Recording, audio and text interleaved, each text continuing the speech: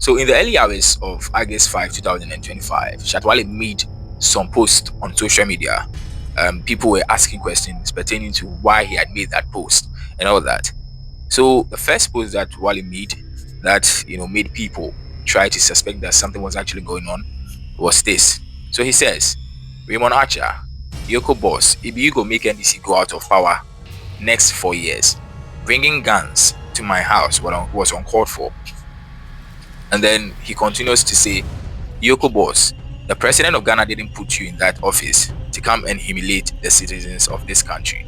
Remember, God knows sleep. So when Shatta Wale made these two posts, it sent some sort of information outside. People were starting to speculate. People were trying to say that, okay, this is why Shatta Wale has made this post and all that. I'm going to bring you the whole story, the full story, why the EOCO stopped Shatta Wale's residence. So in June 2025, EOCO Surveillance and Asset Recovery Unit, the SARU, conducted a lawful search at the Shatta Valley Phase 1 residence of Ghanaian dancehall artist Shatta Wale in Accra. So the operation stemmed from a 2023 request by the FBI and the US Department of Justice to recover assets linked to Nana Kwabena Amwa, also known as Philip Osei Tutu, a Ghanaian American convicted in the US for orchestrating a $4.7 million fraud scheme involving romance scams and business email compromise. Amwa, described by US prosecutors as the leader of a criminal conspiracy, is serving an 86-month sentence following a guilty plea in October 2023 for conspiracy to commit money laundering. So the 2019 Lamborghini Urus, valued at approximately $200,000 to $300,000, was identified by US authorities as purchased with proceeds from Amwa's illicit activities and traced to Shatta Wale's possession. So the EOCO's press release on August 5, 2025 confirmed the seizure, emphasizing that the operation was professional with no incidents reported.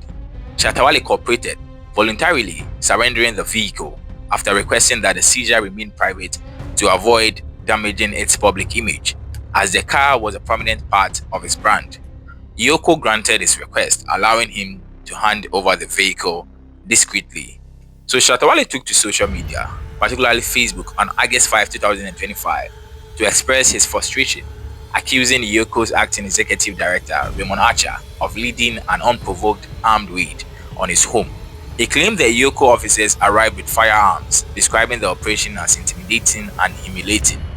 In his post, he criticized Archer, directly stating, Raymond Archer, EOCO boss, if you go make NDC go out of power next 4 years, bringing guns to my house was uncalled for. And then he also dropped another one, which read, EOCO boss, the president of Ghana didn't put you in that office to come and humiliate the citizens of this country.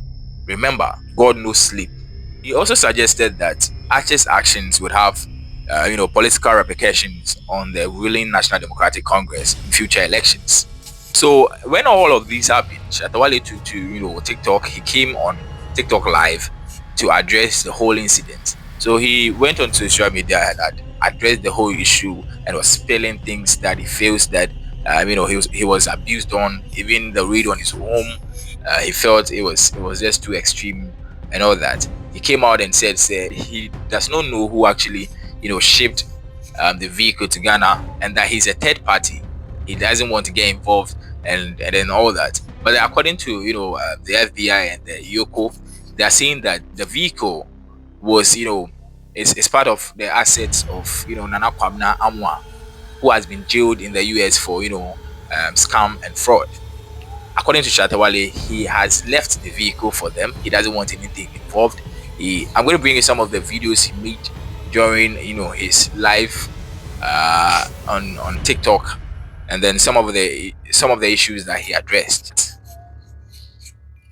So before Shatta Wale had gone on social media to address the whole thing, EOCO also came and then responded to Shatta Wale's allegations in a press release. In June this year, the Economic and Organized Crime Office, acting on a 2023 request from the Federal Bureau of Investigations and the United States Justice Department, undertook an operation which led to a lawful search in a home at Shatta Valley Phase 1 in Accra. The operation, which was undertaken by the Surveillance and Asset Recovery Unit of the EOCO led to the discovery and seizure of a 2019 Lamborghini Urus, which the FBI and the Justice Department have tied to the proceeds of the criminal enterprise of one Nana Kwabena Amwa, who is currently serving an 86-month sentence for several financial crimes in the US.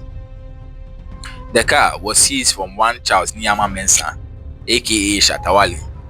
The officers were professional and civil, and the search and seizure occurred without incident. Nyama had pleaded with officers that he did not want the seizure to be made public because the vehicle was a big part of his brand, and that if his supporters saw the vehicle being driven away in the company of EOCO, it would destroy his brand. Nyama was allowed to surrender the vehicle himself, which is currently in the possession of the EOCO.